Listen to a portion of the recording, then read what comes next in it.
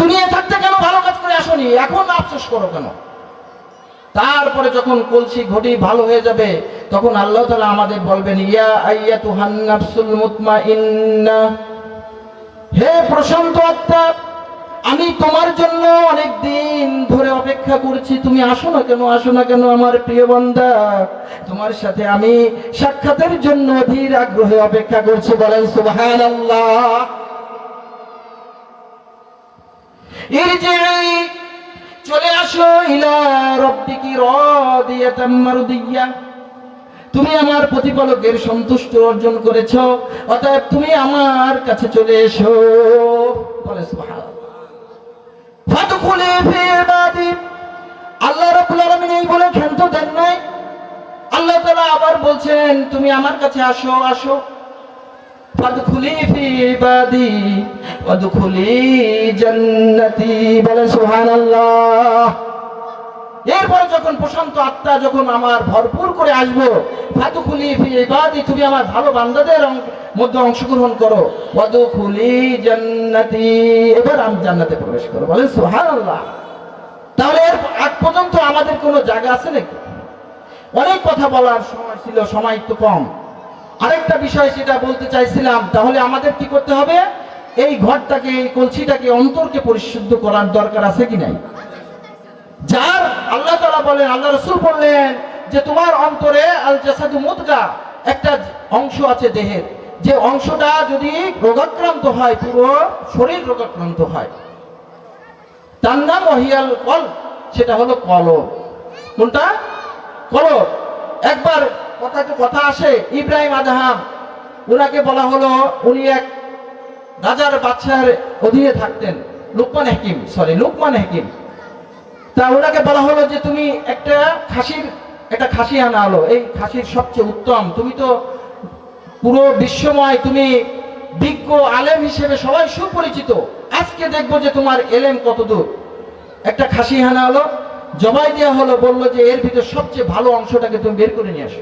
ইন্নাল্লাহু ওয়া মালাইকাতাহু ইউসাল্লুনা আলান নবী ইয়া আইয়ুহাল্লাযীনা আমানু সাল্লু আলাইহি ওয়া সাল্লিমু তাসলিমা। সবাই বলি আল্লাহুম্মা সাল্লি আলা মুহাম্মদ وعلى آل محمد كما صليت على إبراهيم وعلى آل إبراهيم إنك حميد مجيد. اللهم بارك على محمد وعلى آل محمد كما باركت على إبراهيم وعلى آل إبراهيم إنك حميد مجيد. तू शही है परवाज दे कम तेरे इम्तिहा और भी है सितारों से आगे जहां और भी है अभी इश्क को इम्तिहा और भी है सितारों से आगे जहां और भी है बलगल उला बिकमालिही कशफत तुजा बिजमालिही हसनत जमी खुसालिही सल्लु अलैहि वालिही नसीमा है बदहा गुदर कुन ज़हवालम मुहम्मद रा खबर कुन बलगल उला बिकमालिही कशफत तुजा बिजमालिही हसनत जमीउ खुसालिही सल्लु अलैहि वालिही। मुझे कुछ मिले और नहीं मिले मुहम्मद मिले या नौशै जिसे अल्लाह मिले बलगल उला बिकमालिही कशफत तुजा बिजमालिही हसनत जमीउ खुसालिही सल्लु अलैहि वालिही। আলহামদুলিল্লাহি রাব্বিল আলামিন। সকল প্রশংসা সেই মহান মালিকের, যিনি আমাদেরকে এই ইশার সালাত আদায়ের পরে পৃথিবীর সর্বশ্রেষ্ঠ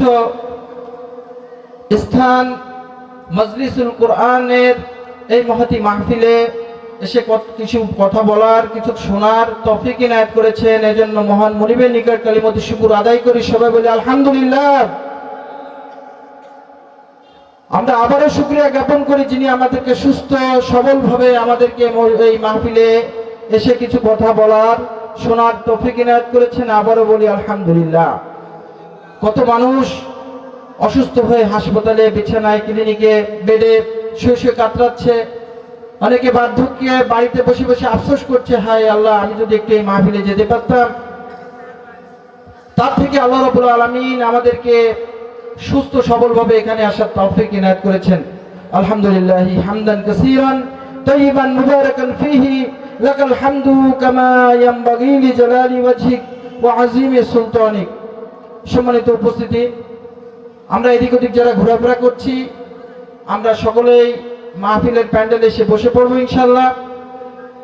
আমার যেহেতু সময় সংক্ষিপ্ত, এই জন্য আমি মুখতাসার দু একটি কথা আপনাদের এলাকার সন্তান হিসেবে, যেটা আমাদের মনের কোণে, আমার মনের কোণে উকি দেয়, সেই কথাগুলো বলার চেষ্টা করব। আমা তাওফীকি ইল্লা বিল্লাহ।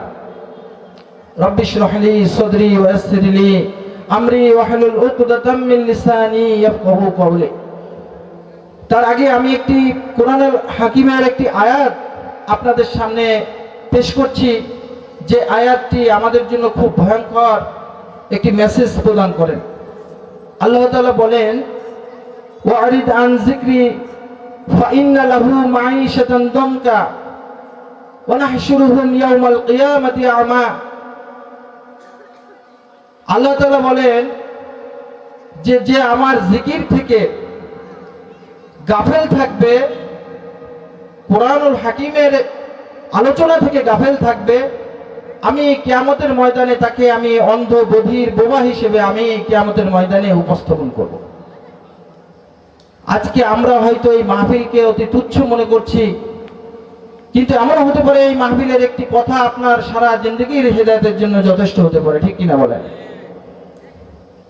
আমরা দেখেছি খেলাধুলা হলে কত মানুষ আগে থেকে এসে লাইনে টিকিট কেটে কেটে খেলা দেখে, কিন্তু কোরআনের থেকে গাফেল যারা, ওমান আরাদা আন যিকরি ফাইন্না লাহু মাঈশাতান দানকা, কত বড় সংকেত আল্লাহ আমাদের জন্য দিলেন, যে বলছেন ওমান আরাদা আন যিকরি, যে আমার এই কোরআনের স্মরণ থেকে গাফেল থাকবে, যারা এই চোখ ফিরিয়ে নেবে, কান সরিয়ে নেবে, কোরআনের হাকিমের এই আলোচনা থেকে দূরে থাকবে, আমি তাকে কিয়ামতের ময়দানে সে চক্ষুষ্মান থাকা অবস্থা আমি তাকে অন্ধ হিসেবে আমি উঠাবো কিয়ামতের ময়দানে। আল্লাহ আমাদেরকে হেফাজত করুন। এই জন্য বলছি, আমরা এদিক ওদিক যারা ঘোরাফেরা করছি, যে আমাদের নগদ আল্লাহ দেন না, বাকি রেখে দেন। কবরের শেষ সময় যখন আমাদের আসবে, তখন এই গাফেল হওয়া নিয়ে আফসোস করতে হবে। সম্মানিত উপস্থিতি, আজকে আমি আপনাদের সামনে শুধুমাত্র কয়েকটি কথা বলবো। তার ভিতরে একটি বিষয় হলো পিতামাতার দায়িত্ব কর্তব্য।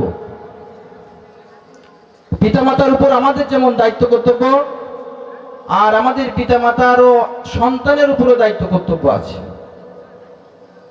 আরেকটা বিষয়, সেটা হলো আমাদের বর্তমান সময়ে সবচেয়ে বড় যে সমস্যা, সেটা হলো যে জিনিসটা আমাদের থেকে যদি ত্যাগ করতে পারি, সেই জিনিসটা ত্যাগ করতে যদি আমরা পারি, তাহলে আমরা এক একজন আল্লাহর ওলি হয়ে যাবো। বলেন সুবহানাল্লাহ।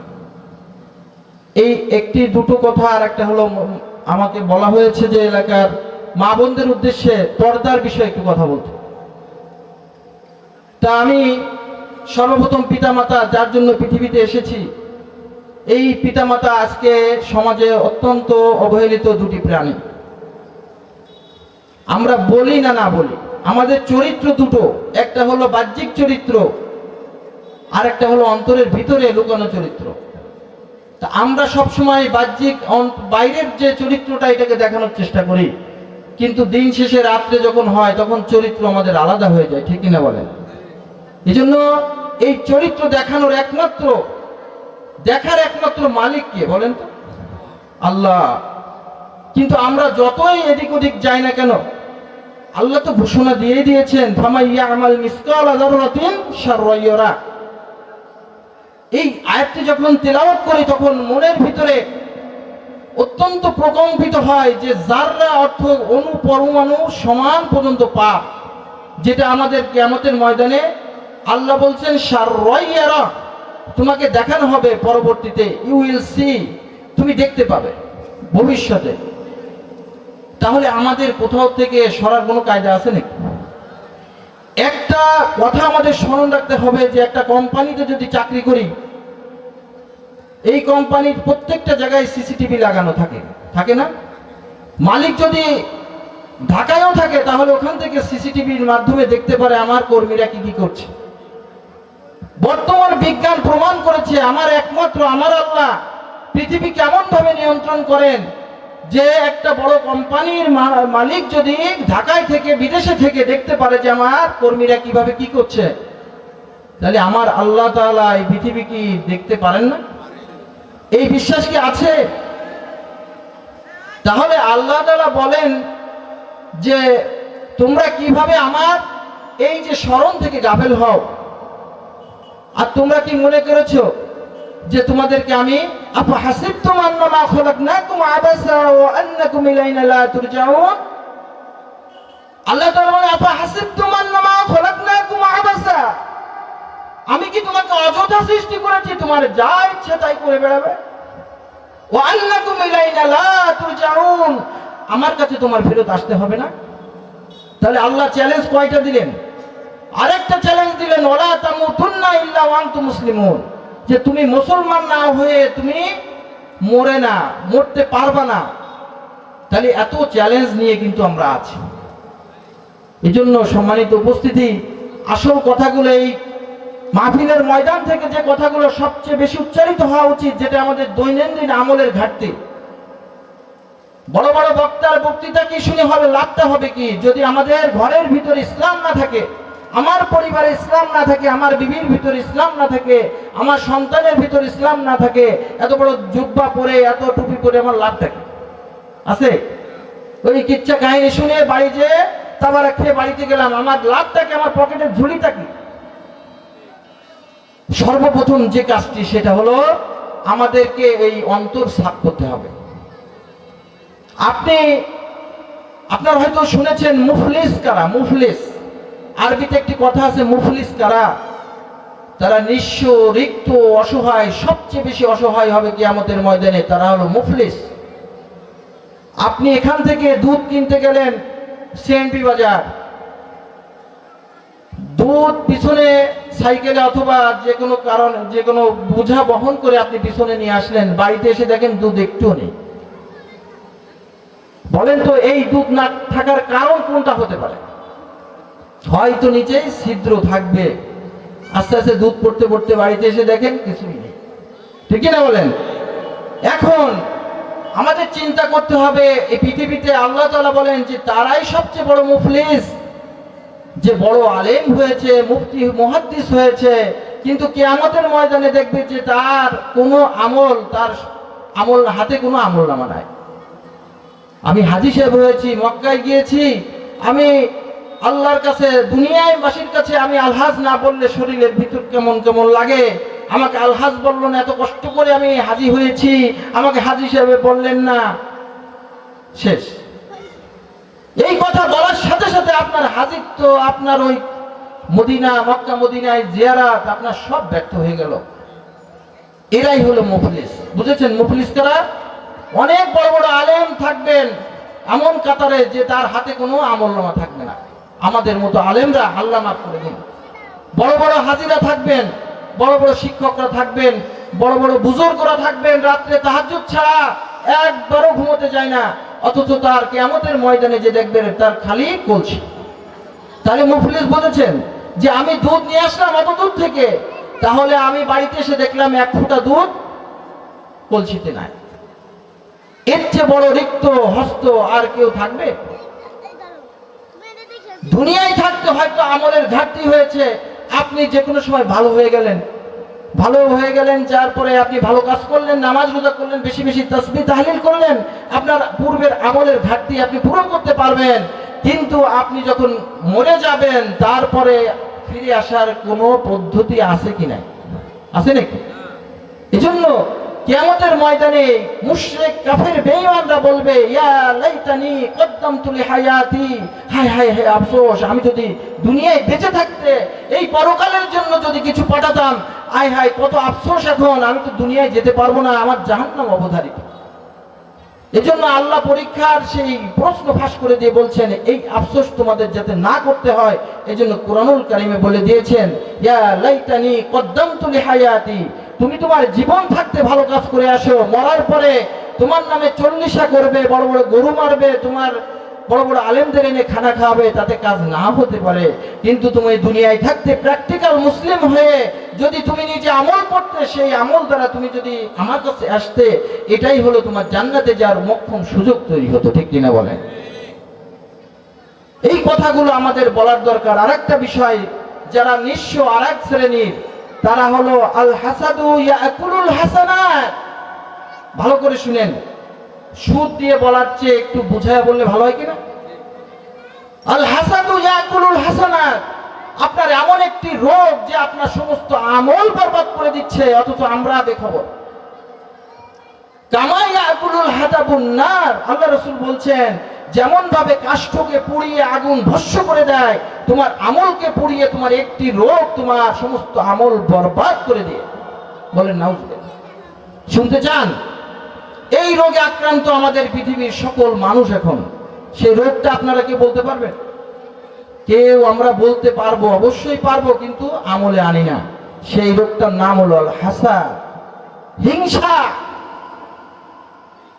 সেই রোগটার নাম হিংসা।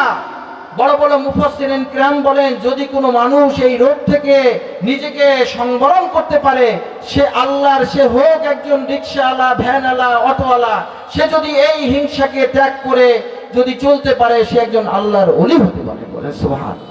আর আমি বড় আলেম, আমি অনেক বড় আলেম, মুফতি, মাওলানা, মুহাদ্দিস, আমার অন্তরে সব জায়গায় হিংসা দিয়ে পরিপূর্ণ। আমি যতই আমল করি না কেন, ওই যে ভালো আমল করছে রিকশাওয়ালা, ভ্যানওয়ালা, সে আল্লাহর ওলি হবে, আর আমার কাতার হবে ওইখানে জাহান্নামের সেই ৭২ কাতারে। এই জন্য এই সবচেয়ে বড় রোগ আমার হিংসা, বিদ্বেষ। এই রোগকে আমাদের কন্ট্রোল করার দরকার আছে কি নাই? তাহলে আমরা আমাদের বাড়ির পাশে ২ তালা দিচ্ছে, আমি সহ্য আমার হয় না।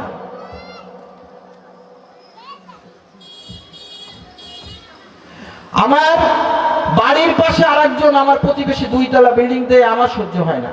কেন তোমার সহ্য হয় না? তোমার সেই আর্থিক সংগতি নেই। তাহলে তুমি ছেলে মানুষ করো, ভালো করে পড়ালেখা করাও, ভালো চাকরি দাও, তারপরে তুমি হচ্ছে বড় ৫ তলা করো, সমস্যা কি? তোমার বড় একজন এলাকায় আলেম হয়েছে, তোমার সহ্য হয় না, তাহলে তুমি তোমার যে কোনো ছেলে অথবা নাতিপুতিকে আলেম বানাও, তাহলে তাই দিয়ে তোমার মনটা ভরিয়ে ফেলো। হিংসা তো সেই করে যার ভিতর কিছু নেই। আমার না থাকলে তো হিংসা আসে, ঠিক না? সেই জন্য হিংসা আমি কেন করব?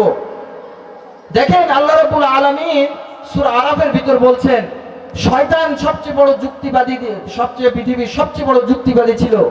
সে বলেছিল, আল্লাহ যাকে জিজ্ঞেস করেছেন যখন, মা মানাকা আল্লাহ তাসজুদি জামারতু, এ শয়তান, তোকে কিসে নিষেধ করলো যে আমি আদমকে সিজদা করার কথা বললাম, তুই সিজদা করলি না কেন? তখন শয়তান বলছে যে, আমি আল্লাহ, তুমি তোমার চেয়ে কি বেশি কম বুঝি আমি?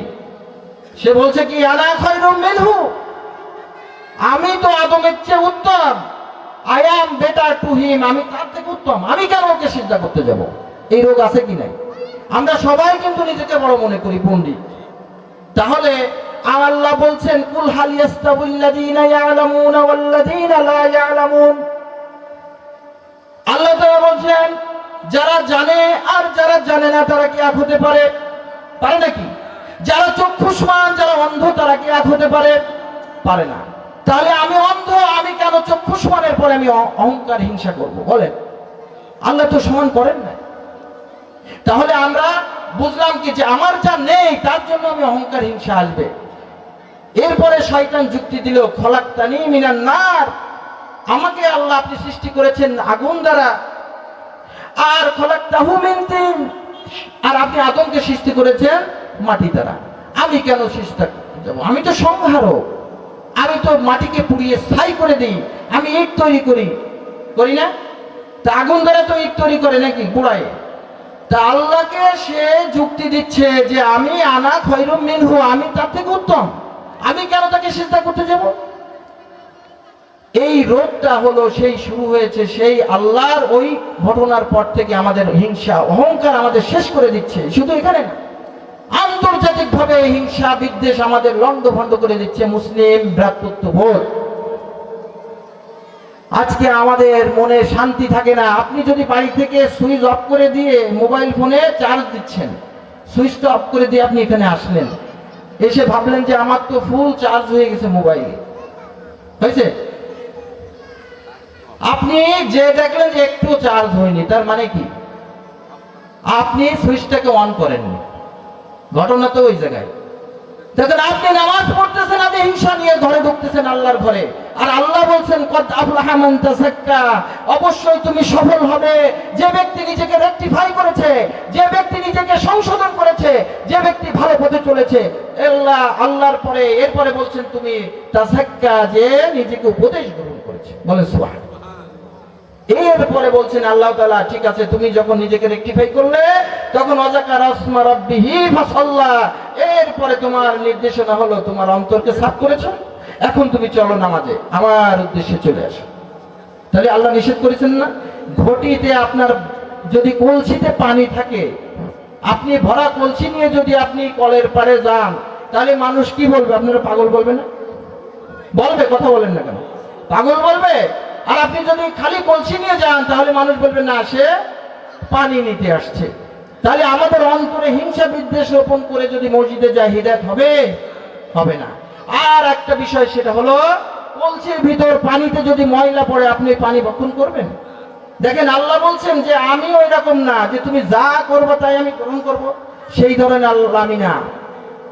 এরপরে আল্লাহ তাআলা বলছেন লা ইয়ানফাউ মালু ওয়ালা বানুন ইল্লা মান আতাল্লাহা বিকলবিন সালিম। আল্লাহ বলছেন, শর্ত দিলেন যে লা ইয়ানফাউ মালু ওয়ালা বানুন, তোমাদের পরকালে তোমাদের সন্তান সন্ততি, তোমাদের অর্থ সম্পদ কোনো কাজেই আসবে না। কিন্তু একটা জিনিস কাজে আসবে, সেটা হলো ইল্লা মান আতাল্লাহা বিকলবিন সালিম। তোমার অন্তরকে, এই ঘটিটাকে পরিষ্কার করে একমাত্র শুধুমাত্র আমার জন্য যার ইবাদত করেছে ওইটুকু নিয়ে আমার কাছে আসো। যদি বৎকারের রূহ যখন কবজ হয়, তখন যার সময় ফেরেশতারা নাক ধরে, হাদিসে আসছে যে এই বৎকার, এই সরা সুকান সরা, বৎকারের রূহ অন্য জগতে নিয়ে চলে যায়। তাহলে দুনিয়ার মানুষও খারাপ বলে, একজন মারা যায় যদি খারাপ মানুষ, এলাকার মানুষ বলে আল্লাহ বাঁচাইছে, চোরটা মরিছে। ঠিক আছে? তাহলে এলাকার থেকে আল্লাহ কিন্তু একটা ঘোষণা নিয়ে গেলেন। আল্লাহ কিন্তু সহজভাবে তার প্রিয় বান্দাকে কিন্তু জাহান্নামে নেবেন না। পৃথিবীতে কোনো কারণ ছাড়া কোনো মৃত্যুবরণ করেছে কেউ আছে? তো আল্লাহ তাআলা বলছেন আমি জালিমকারী হব না, যে কোনো সিস্টেম করে তোমাকে আমি পৃথিবী থেকে উঠায় নেব। এই জন্য যে কোনো মানুষ মারা যায় কেন? ওসিলা দেয়। সেই জন্য আমি যে কথাটা, অল্প সময় তো, যে বিষয়টা আমি বলতে চাচ্ছিলাম, সেটা হলো আজকে আমার অন্তর যদি সমৃদ্ধ করতে না পারি, তাহলে তো আল্লাহ ডাক দেবেন না, ইয়া লাইতানি কদ্দামতু লিহায়াতি, ডাক দেবেন কি বলে, তুমি দুনিয়ায় থাকতে কেন ভালো কাজ করে আসনি, এখন আফসোস করো কেন? তারপরে যখন কলসি ঘটি ভালো হয়ে যাবে, তখন আল্লাহ তাআলা আমাদের বলবেন ইয়া আইয়াতুহান নাফসুল মুতমাইন্নাহ, হে প্রশান্ত আত্মা, আমি তোমার জন্য অনেক দিন ধরে অপেক্ষা করছি, তুমি আসো না কেন আমার প্রিয় বান্দা, তোমার সাথে আমি সাক্ষাতের জন্য অধীর আগ্রহে অপেক্ষা করছি। বলেন সুবহানাল্লাহ। ইরজিই, চলে আসো, ইলা রাব্বিকি রাদিয়াতাম মারদিয়া, তুমি আমার প্রতিপালকের সন্তুষ্ট অর্জন করেছো, অতএব তুমি আমার কাছে চলে এসো। বলে সুবহানাল্লাহ। ফাদখুলি ফি ইবাদি, আল্লাহ রাব্বুল আলামিন এই বলে ক্ষান্ত দেন নাই। আল্লাহ তাআলা আবার বলছেন তুমি আমার কাছে আসো। ফাদখুলি ফি ইবাদি ওয়াদখুলি জান্নাতি, বলে সুবহানাল্লাহ। এরপরে যখন প্রশান্ত আত্মা যখন আমার ভরপুর করে আসবো, ফাদখুলি ফি ইবাদি, তুমি আমার ভালো বান্দাদের মধ্যে অংশগ্রহণ করো, ওয়াদখুলি জান্নাতি, এবার আমি জান্নাতে প্রবেশ করো, বলে সুবহানাল্লাহ। তাহলে এর আগ পর্যন্ত আমাদের কোনো জায়গা আছে নাকি? অনেক কথা বলার সময় ছিল, সময় তো কম। আরেকটা বিষয় সেটা বলতে চাইছিলাম, তাহলে আমাদের কি করতে হবে? এই ঘরটাকে, এই কলসিটাকে, অন্তরকে পরিশুদ্ধ করার দরকার আছে কি নাই? যার আল্লাহ তাআলা বলেন, আল্লাহ রাসূল বললেন যে তোমার অন্তরে আল জাসাদু মুদগা, একটা অংশ আছে দেহের, যে অংশটা যদি রোগাক্রান্ত হয়, পুরো শরীর রোগাক্রান্ত হয়, তার নাম ওয়াহিয়াল কলব, সেটা হলো কলব। কোনটা?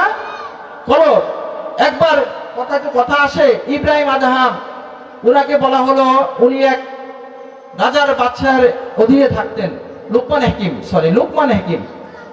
তা ওনাকে বলা হলো যে তুমি একটা খাসি আনা হলো, এই খাসির সবচেয়ে উত্তম, তুমি তো পুরো বিশ্বময় তুমি বিজ্ঞ আলেম হিসেবে সবাই সুপরিচিত, আজকে দেখবো যে তোমার এলেম কত দূর। একটা খাসি আনা হলো, জবাই দেওয়া হলো, বললো যে এর ভিতর সবচেয়ে ভালো অংশটাকে তুমি বের করে নিয়ে আসো। তারপরে লুকমান হাকিম সভাসদ যারা আছে তাদেরকে নিয়ে সেটাকে জবাই করে তার ভিতর থেকে এই যে হাড়, যাকে বলি কলিজা নাকি কল, ওইটাকে বের করে নিয়ে আসে। আনার পরে বাচ্চাকে দিলেন যে এইটাই হলো সবচেয়ে উৎকৃষ্ট জিনিস। এরপরে আবার বললেন ওই আরেকটি ওখানে খাসি রাখা আছে, ওইটাকে জবাই করে নিয়ে আসো, ওর খারাপ সবচেয়ে অংশটাকে নিয়ে আসো। তারপরে সে ওইটাকে জবাই করে আবার সেই খারাপ অংশটা, তার মানে সেই কল, ওইটাও কল এটাও কল, ওটাকে নিয়ে আসলেন। আনার পরে বলছেন এটাই হলো সবচেয়ে খারাপ অংশ। তখন বাদশা বললেন, আজকে আমি ঘোষণা দিচ্ছি যে তুমি এই পৃথিবীর সবচেয়ে বর্তমান সময়ে সবচেয়ে বিজ্ঞ আমি তোমাকে ঘোষণা দিচ্ছি, বলে সুবহানাল্লাহ। তার মানে বোঝা যায় যে আমাদের এই কলটাই হলো মূল। আমাদের শাস্তি হবে কিসের মাধ্যমে? শাস্তি হবে ওই আমাদের আত্মার মাধ্যমে। আমাদের শরীরটা কিছুই না, এই শরীরটা কিছুই না। এই জন্য এই কলটাকে আগে পরিষ্কার করতে হবে। নামাজ পড়েন, আগে এই ঘটি ঠিক করতে হবে। হিংসা বিদ্বেষ যদি আমরা এটাকে সরাতে পারি, আমরা প্রকৃত একজন আল্লাহর ওলি হতে পারবো ইনশাআল্লাহ। আল্লাহ তাআলা আরো ঘোষণা করেন হাদিসে কুদসিতে, আল কিবরিয়াউ রিদাই, আল্লাহ বলেন যে অহংকার আমার চাদর। এই অহংকার যে করে সে আমার আরশে আজিমের আমার যে তাজিম, আমার যে সম্মান ইজ্জত নিয়ে টানাটানি করে, বলেন নাউজুবিল্লাহ। তাহলে হিংসা, অহংকার, দিমাগ, এগুলো যদি ত্যাগ করতে পারি, তাহলে আল্লাহর ওলি হওয়া সম্ভব কিনা? আপনার এত বড় ওয়াজ করার দরকার নেই, মানে স্বাভাবিকভাবে বলছি, আপনার অন্তরে কল্পে অপরিষ্কার কল্প নিয়ে আপনি শয়তানকে ওখানে যে কিভাবে পাথর মারবেন? আপনি হাজী সাহেব গেলেন ওখানে পাথর মারার জন্য, আপনার বোনের অংশ দিলেন না, আপনার ছেলের চেয়ে মেয়েকে ঠকায় আপনি গেলেন জমি বিক্রি করে হাজী সাহেব সাজদে মক্কা শরীফে। আপনার ওই টাকার অধিকাংশ টাকা কিসের? হারাম পথে নিয়ে। মন্ত্রী, মিনিস্টার, এমপিরা এই করে না, জনগণের টাকা মেরে নিয়ে বারবার ওমরায় যায়, আর ওমরায় যায় ওখানে নামার সাথে সাথে বলে কি, ওরে শয়তান দেখে বলে যে ও হলো বড় শয়তান আমার চেয়ে, ও কেন আমারে এখানে ঢিলা মারতে এসে, বলে না যে আমার চেয়ে বড় শয়তান হলো যে জনগণের টাকা মেরে নিয়ে আইছে আমার এই উমরা করার জন্য, আমার ওখানে পাথর মারবে। তা আল্লাহরে বলে যে আল্লাহ তুমি আমার চেয়ে বড় শয়তান, আমার এসে পাথর মারতে, আমার সাথে কি এটা জুলুম হয়ে গেল? এরকম শয়তান আছে কি না? আপনি আগে পিতা মাতার কথা বলছিলাম, আপনি যদি পৃথিবীতে বেঁচে থাকে পিতা মাতা, তার সেবা করেন, আপনার হজ করার দরকার নেই। আমার অনেক হাদিস আছে, বলতে চাইছিলাম, সময় কম, এজন্য আল্লাহ তাআলার একটি আয়াত দ্বারা আমি শেষ করে দেব। আল্লাহ তাআলা সূরা বানী ইসরাঈলে বললেন, ওয়াকাদা রাব্বুকা আল্লা তা'বুদু ইল্লা ইয়্যাহু ওয়া বিল ওয়ালিদাইনি ইহসানা। আল্লাহ তাআলা ঘোষণা করলেন, ওয়াকাদা রাব্বুকা আল্লা তা'বুদু, আমি তোমাদের জন্য নির্ধারণ করে দিলাম, ওয়াকাদা রাব্বুকা আল্লা তা'বুদু, যে আল্লাহ তাআলার পরে তোমার যদি কাউকে ইবাদত করার দরকার হয় তাহলে কে সেটা তারা ওয়াবিল ওয়ালিদাইনি ইহসানা, তুমি তোমার পিতামাতার পরে তুমি তোমার পিতামাতার সাথে সদ্ব্যবহার করো। বিশ্বাস করেন আমার পিতামাতা অসুস্থ না হলে আমি কিন্তু ইহসান বুঝতাম না। আমার বাড়িতে দুইজন অসুস্থ রোগী, আমার আব্বা আম্মা, আমি বুঝতাম না ইহসান কাকে বলে। আমি এখন বুঝতেছি ইহসান কাকে বলে। তারা কেন, আমি এটা শেষ করে দিচ্ছি, কোনো কথা বলছি, আমি এখানে শেষ করে দিচ্ছি। ইয়াহু ওয়াবিল ওয়ালিদাইনি ইহসানা ইম্মা ইয়াবলুগান্না ইনদাকাল কিবারা আহাদুহুমা আও কিলাহুমা। এখানে বলছেন যখন তারা প্রৌঢ়ত্বে বয়স্ক হয়ে যাবে, যখন তারা প্রৌঢ়ত্বে নিমজ্জিত হবে, তখন তাদের একজন অথবা দুইজন, ফালা উফি ওয়ালা তানহারহুমা, তাদের ধমক দিয়ে কথা বলে না। ওয়ালা তাকুল্লাহুমা উফি ওয়ালা তানহারহুমা, তুমি তাদের সাথে কোনো ধমক দিয়েও কথা বলে না। ওয়াকুল্লাহুমা কওলান কারীমা, তাদের সাথে সুন্দর সুন্দর ব্যবহার করো এবং তাদেরকে মর্যাদা সম্পন্ন কথা বলো। তাহলে এরপরে আল্লাহ তাআলা বলছেন ওয়াখফিদ লাহুমা জানাহা যুল্লি মিনার রাহমা। দেখেন কত সুন্দর করে আল্লাহ তাআলা বলেন ওয়াখফিদ লাহুমা, তাদের দুইজনকে জানাহা যুল্লি মিনার রাহমা, রহমতের চাদরে তাদেরকে ঢেকে রাখো। এই পালক দিয়ে একটা মুরগির বাচ্চা যখন হয় তখন ওই সন্তান মানে মুরগির বাচ্চাগুলোরে কি করে ঢেকে রাখে কোথায়? তাদের ডানার নিচে, বাইরে যেতে দেয়। দেখেন আল্লাহ ওই শব্দ এনেছেন জানাহা যুল্লি মিনার রাহমা, রহমতের চাদর দ্বারা তাদেরকে ঢেকে রাখো।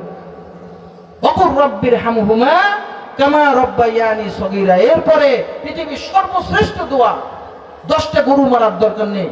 আপনার সন্তান, আপনার পিতামাতা মারা গিয়েছে, আপনি শুধু চোখের দুটা পানি ফেলেন আর এই কথা বলেন, আল্লাহ আমাকে যেমন ছোটবেলায় আমাকে যেমন পিতামাতা আগলে রেখেছেন, আমার মা যখন ওই যে পেশাব করে ভিজিয়ে দিয়েছে, আমার মার পিঠও ভিজে গিয়েছে, আমাকে সরিয়েছে পিঠে, ওই সে পেশাবের জায়গায় ঘুমাইছেন, আমাকে একটু ভালো জায়গায় রেখেছেন, বুকের পরে রেখেছেন।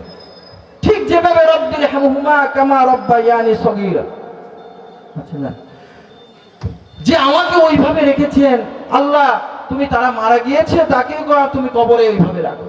এর চেয়ে বড় দোয়া আছে? আমরা এর অর্থ জানি না, কিন্তু এর বিশাল অর্থ। রব্বির হামহুমা কামা রাব্বায়ানি সগীরা। একবার আল্লাহ রাসূল সাল্লাল্লাহু আলাইহি ওয়াসাল্লাম মিম্বারে উঠলেন, উঠার পরে আস্তে করে সবার উদ্দেশ্যে বললেন আমিন আমিন। তখন সাহাবীরা অবাক হয়ে গেলেন, কি ব্যাপার, আল্লাহ রাসূল হঠাৎ করে আমিন আমিন বলছেন কেন? তখন বলছেন, এক সাহাবী জিজ্ঞেস করলেন, হুজুর আপনার কি হলো? তো বললো যে রগিবা আনফুহু।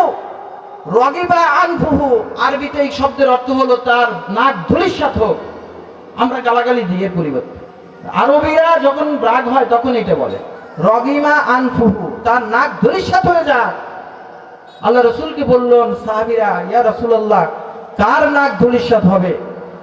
সে বলল, সর্বপ্রথম বললেন যে আমার নাম উচ্চারিত হলো অথচ সে দুরূদ পড়লো না, তার নাক ধূলিসাৎ হোক, প্রথম কথা। দ্বিতীয়বার আবার বললেন রগিবা আনহু। এখন সবাই বললেন কি ব্যাপার, আবারও বলেন কেন?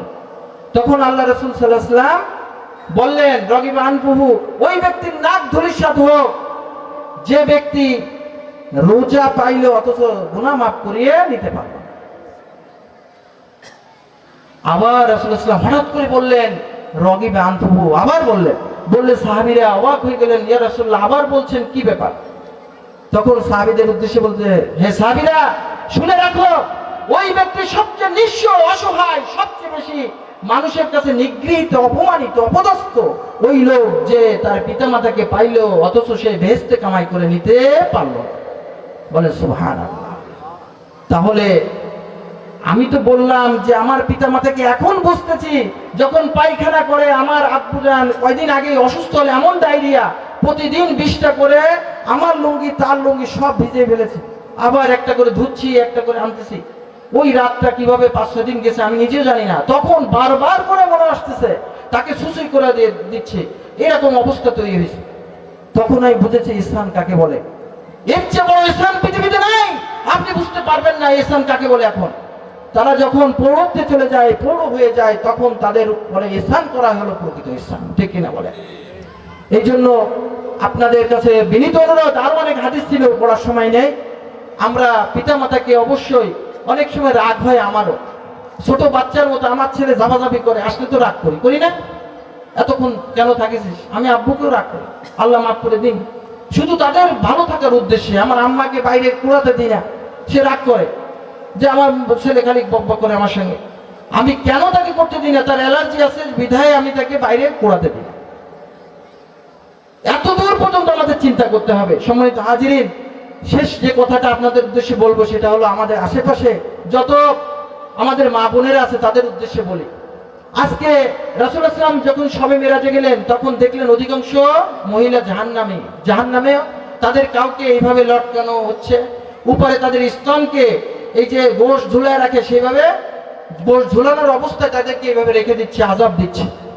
আল্লাহ রাসূল সাল্লাল্লাহু আলাইহি ওয়াসাল্লাম বললেন যে এরা কারা? জিবরাইল আমিনকে বলো যে এরা জিনাখোর, এরা জিনা করেছে, তাদের স্তনকে ভিতরে এই যে গোশ যেমন লটকায় রাখে ঠিক সেভাবে রাখে।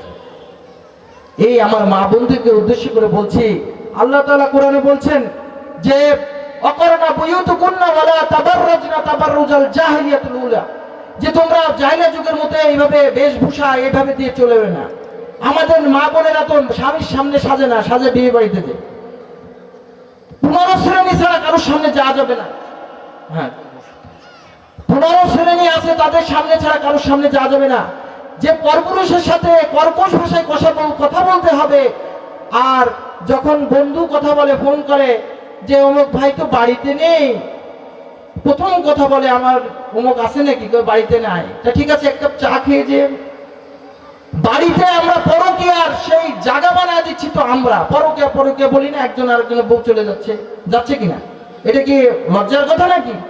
কেন যাচ্ছে? আমাদের কারণে যাচ্ছে। আমরা দায়ী, আমাদের স্ত্রীদেরকে আমরা ধরে রাখতে পারতেছি না, আমরাই নষ্ট করতেছি, ঠিক কিনা বলেন? আমার স্ত্রী আমার খাবে, আমার পড়বে, আর আমার কথা শুনবে না, আমি সেই স্ত্রী রাখবো না। আরেকজনের সাথে যার সেই বন্দোবস্ত আমরাই করে দিচ্ছি। আমার মোবাইল ফোনের অটো ভরে দিচ্ছি, এমবি ভরে দিচ্ছি, তাই দিয়ে দেখে দেখে আরেকজনের সাথে অটোতে হোয়াটসঅ্যাপে কথা বলে। আমি বেঁচে থেকে আমার লাভটা কি? এই জন্য সম্মানিত উপস্থিত, আমাদের সম্মানিত মেহমান এসে গেছেন। আমি শেষ যে কথাটা আমি বলে শেষ করব।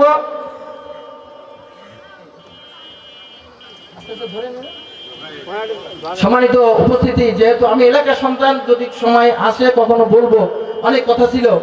আমাদের সম্মানিত মেহমানকে আমার সময় দিতে হবে। আসেন, আমরা এই সুন্দর একটি পৃথিবীকে গড়তে গেলে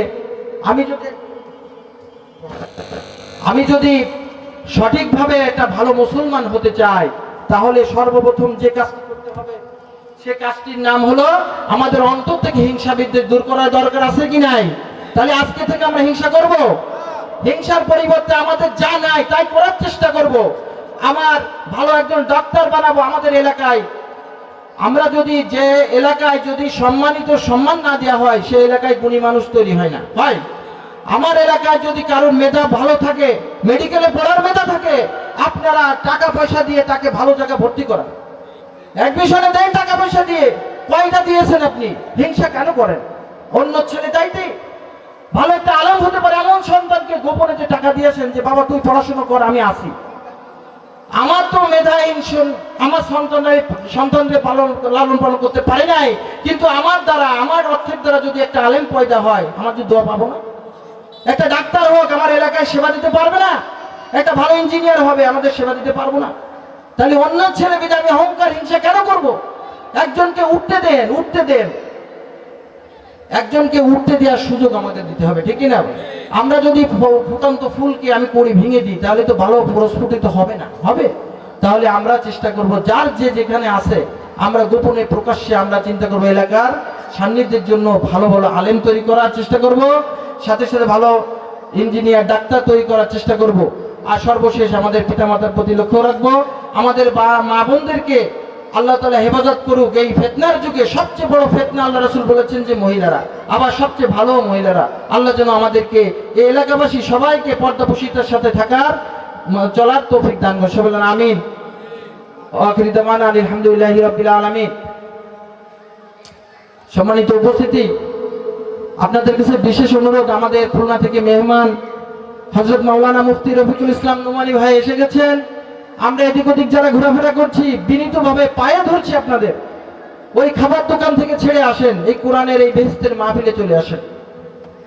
আর যারা ঘোরাফেরা করছেন মহিলারা যদি ওখানে থাকে, পুলিশদের জানানো হয়েছে, তারা কিন্তু ধরে নিয়ে রেখে দেবে এসে ফাঁড়িতে। আপনাদের যারা অভিভাবক আছেন তারা আপনাদের মহিলা মা বোনদেরকে নিজেদের হেফাজতে রাখেন, মহিলা প্যান্ডেলে পাঠিয়ে দেন।